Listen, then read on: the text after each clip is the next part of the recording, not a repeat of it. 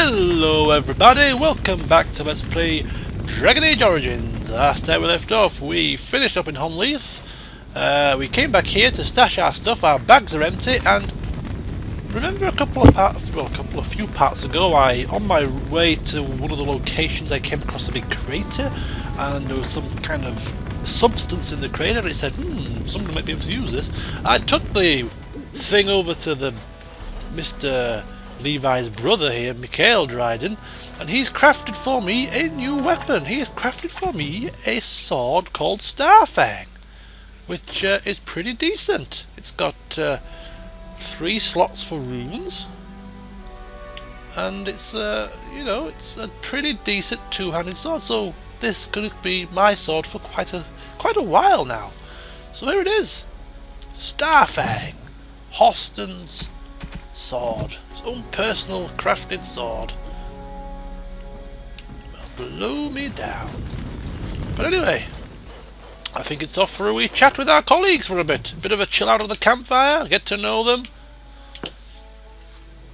before we head off to carry on with our main adventure. I think we might need to go to the land of Al Eamon. Since he's dying, better go there first. Yes, it's nice to be back in camp.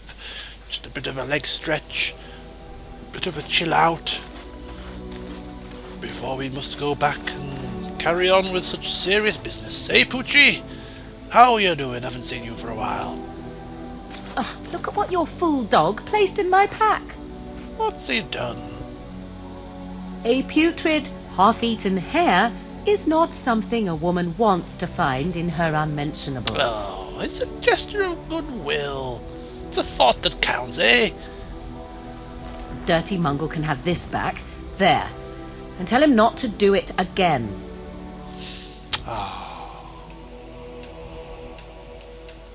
You heard the lady. No more hares in her bag. Happy? I don't want it, you worthless fur bag. Aye. Less of the bloody fur bag. Bloody mean lady. Oh, he's just trying to be manipulative, I can tell. I do it too. Yes, I've noticed. Ignore the lady, Poochie. Mean old Morrigan. Wouldn't know a gift if it came up and slapped her on the backside. Right, Alistair. How's things? What do you need? Just a bit of a chat. Ask away. So, you remember you were telling me about you were a Templar in the past, but you seem to hate the Chantry. Why remain a Templar? Have you seen the uniform? It's not only stylish, but well made. I'm a sucker for good tailoring. I could have sworn it was heavy plate. That's just in public. In private, we have these yellow and purple tunics, right? Much more comfortable, and you don't break the beds when you jump on them during a pillow fight. I see. And you had a lot of these pillow fights, I take it? Pillow fights? I mean, no, of course not. I meant sword fights. With rusty swords, dripping with acid. The kind that puts hair on your chest. Ah, yes. You don't really want to know about my being a Templar, do you? It's really quite boring. Oh, is it? Okay. Well then why don't you make something up a bit more exciting, eh? You know, I like the way you think. You're all right. If you're really curious, then I'll tell you. The truth of the matter is that I did hate going to the monastery. The initiates from poor families thought I put on airs, while the noble ones called me a bastard and ignored me. I felt like Al Eamon had cast me off, unwanted, and I was determined to be bitter. But I took some solace in the training itself, I guess. I was actually quite good at it. And what exactly did you enjoy? The education, mostly, but also the discipline. You need to have a disciplined mind in order to use the abilities we have. It was difficult, but rewarding. I never really felt at home anywhere, though, until I joined the Grey Wardens. And Duncan felt my Templar abilities might be useful when we encountered Darkspawn magic, so I kept it up. What about you? Do you have anywhere you consider home? Well, Well, I suppose Horston was my home. I was there for a long time. I mean, I was castless. Don't get me wrong. I was not a high member of society, to say the least. Downtrodden, spat upon, not the rest. But I suppose home is home, and yes, I do miss it a little bit. But it's not your home anymore, right? You can never go back for good. I think I understand how you feel. We won't always be traveling like this, you know. Once the war is over, once the Blight is... well, a time will come when we'll have to think about having a real home again.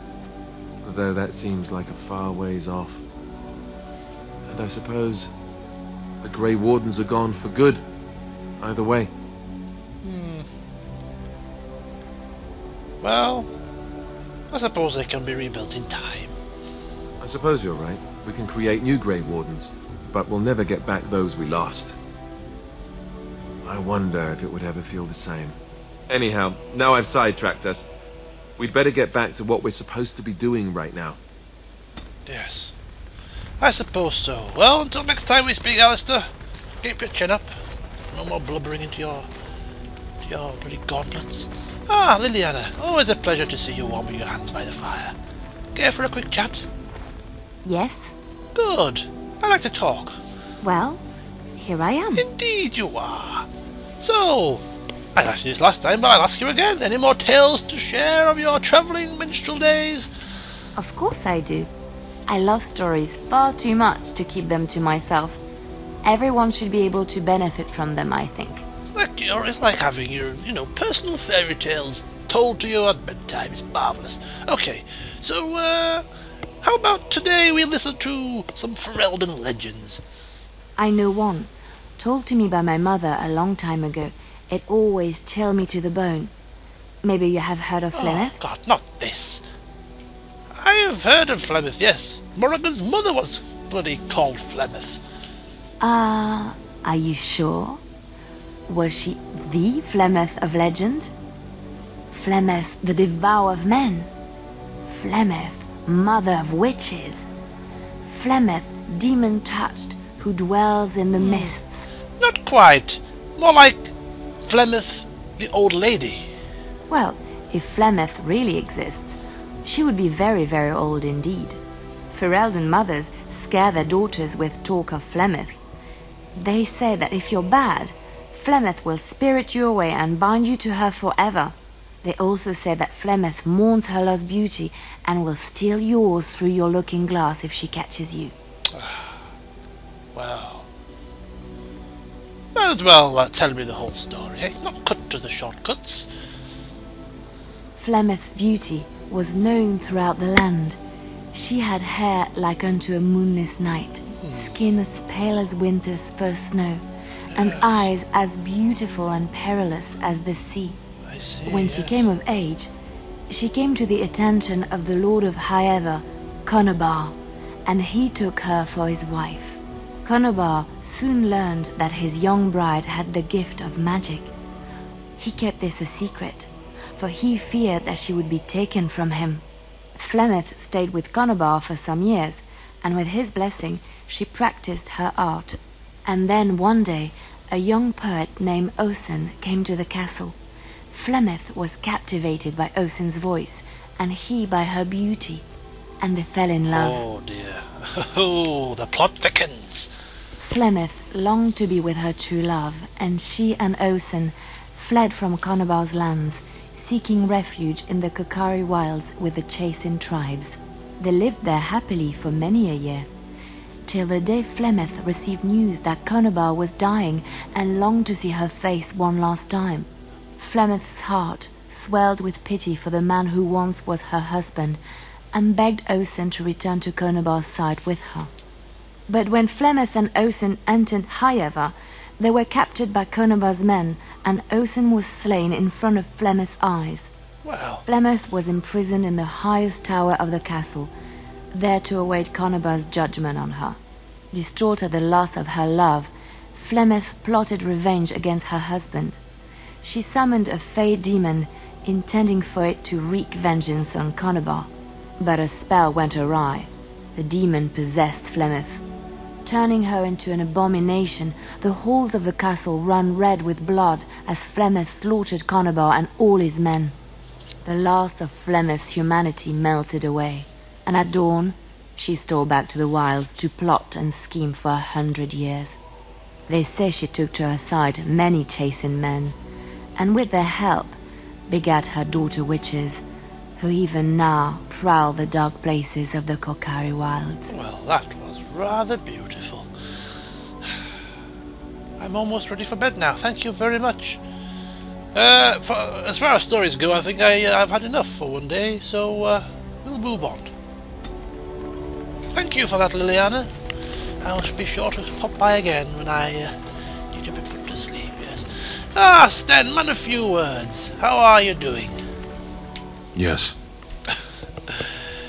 Okay, let's have a look. I have a question. I am hardly surprised. Why did you come to Ferelden? To answer a question. Ah. Well, yes, what was the question? The Arishok asked what is the Blight. By his curiosity, I am now here. Ah, how ironic. So you do actually have a purpose on my little journey here. So, well, first of all, why would the Canary care about the Blight? Why do you? I suppose it could destroy the world, yes. Good point. I've answered my own question. Do you think the Kunari live on some other world, then? No. As I said, I see your point, yes. Okay. Very good. Okay. So, do you have to report back after all this is done, then? Yes. And when do you plan to do that? Why do you? I cannot go home. Oh, well, why not? It doesn't matter now. Can we move on? We keep the Darkspawn waiting. Oh. Fine, we'll go for now. As you wish. But I got you speaking a few more words, didn't I, eh? Yes, I won't give up, Stan. I know there's a heart in there somewhere.